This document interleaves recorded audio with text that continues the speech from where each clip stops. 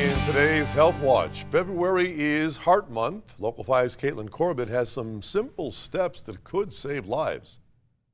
Do you recognize the signs of cardiac arrest? And do you know what to do if you see them? Aurora Bay Care Medical Center is making sure folks know how to spot the signs and how to administer life-saving measures when they do.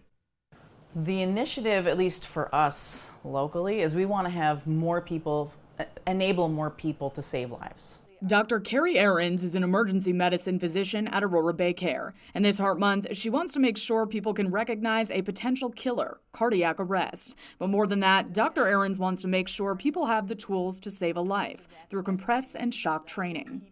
It kind of empowers people to actually attempt to save someone's life, and that starts right there when someone collapses.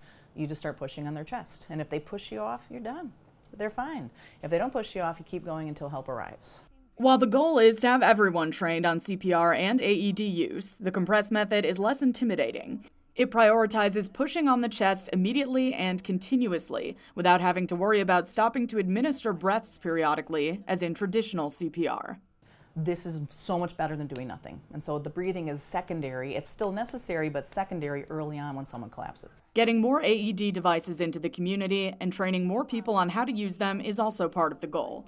During cardiac arrest, it's usually an electrical disturbance that causes the heart to stop beating. Using an AED restores that normal rhythm to the heart. Generally, when a person collapses in front of you, doing compressions is just half of the goal. The second half is getting that electrical system restarted, because much of the time that's what needs to happen. And if the heart can pump all by itself, that person has a much better chance of having a meaningful survival than if someone's pumping it for them. Marie Wedipole and Louisa Keenan are medical students at UW-Madison and receiving tutelage at Aurora Bay Care. They taught compress and shock as their community health project, knowing it has significant importance in more rural communities where it may take longer for help to arrive. We know how long the wait times for EMS services or just the transportation from EMS services to hospitals can be.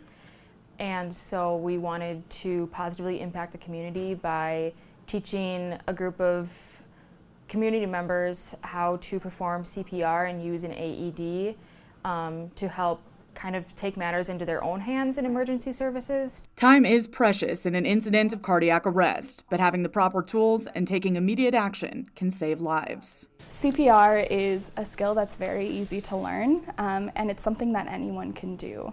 I think that it's so important that you talk to your friends and your family about learning CPR and also just continuing to practice it as a skill.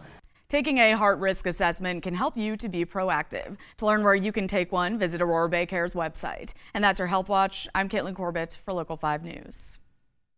Thanks, Caitlin. And you can look for CPR training courses